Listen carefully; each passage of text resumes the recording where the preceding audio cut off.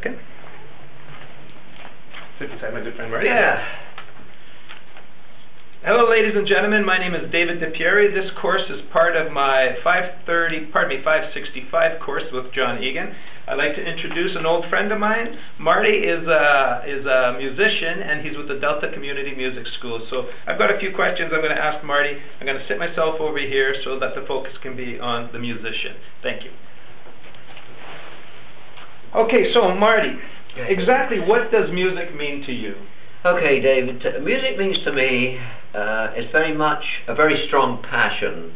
It makes me feel just really alive. You know, I've been playing for 46 years and I love it still. After starting music at 15, piano and vibraphone, it's a wonderful thing to be able to play music and entertain people. Beautiful. And I press on the kids to get into music. Yeah, thank you very much.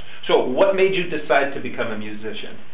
Well, okay, that goes back quite a while to, probably it was about 14, 15, because my mother played piano by ear, my uncles and aunts played piano, and my mother wanted me to be taught, going to lessons and things, but I was into soccer and athletics. I didn't get that, but I have a very good ear. By hearing her play as a kid, I picked it up, and from there I got myself a trio and got into playing dance band and jazz gigs. Right, and how old were you when you started the trio? I was 19. 19. 18 and 19, 18 yeah. and 19. Good. So what advice would you give a young person wanting to learn a musical instrument? I would say a young person wanting to learn a musical instrument, it's one thing to have a good ear like I have here, and I picked it up pretty quick, but at the same time I think it's good that the kids get a teacher, somebody to teach them the chords, especially piano or guitar, and you know, this instrument's the basics. The piano is the first one they got to learn. Get to teach them the chords and some music. Then they can go on from there when they have that basic. Right. They got a good ear too. The two together would be incredible. That's the thing. If they got it. That's the main concern there. Okay, so what are your most fondest memories or highlights as a musician? Well, some of them back in England, London, where I was playing on the British scene in the early 70s, playing in Ronnie Scott's in London, England clubs there, and also in Canada, in Toronto, major spots in Toronto and Montreal, and major spots in Vancouver when I came here many years ago. And just last weekend playing in front of about 1,000 people? Yeah, I did have my Latin band down on the beach in White Rock.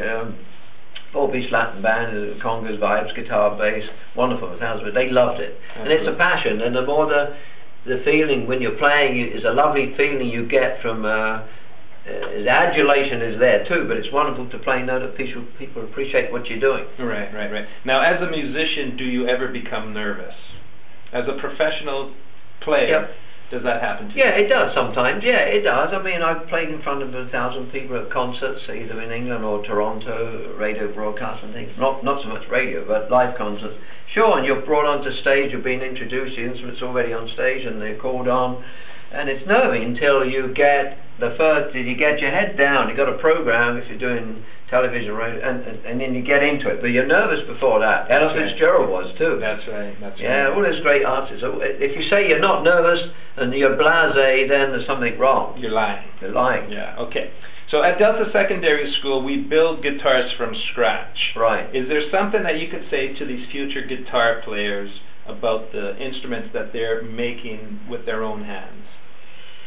That they're making guitars. They're making that's very good. Yeah.